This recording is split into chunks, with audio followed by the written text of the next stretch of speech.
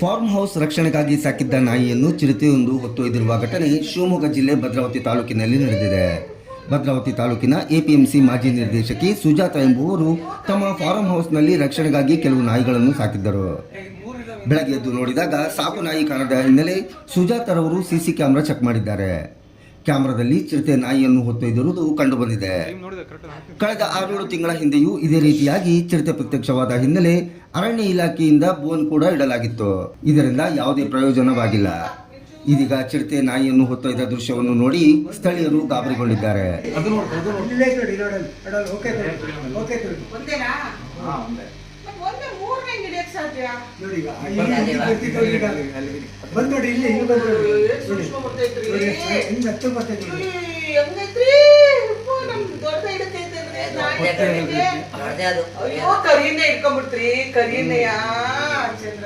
ಮೂರಿದಾವೆ ಇನ್ನೊಂದು 2 ಸೇರಿ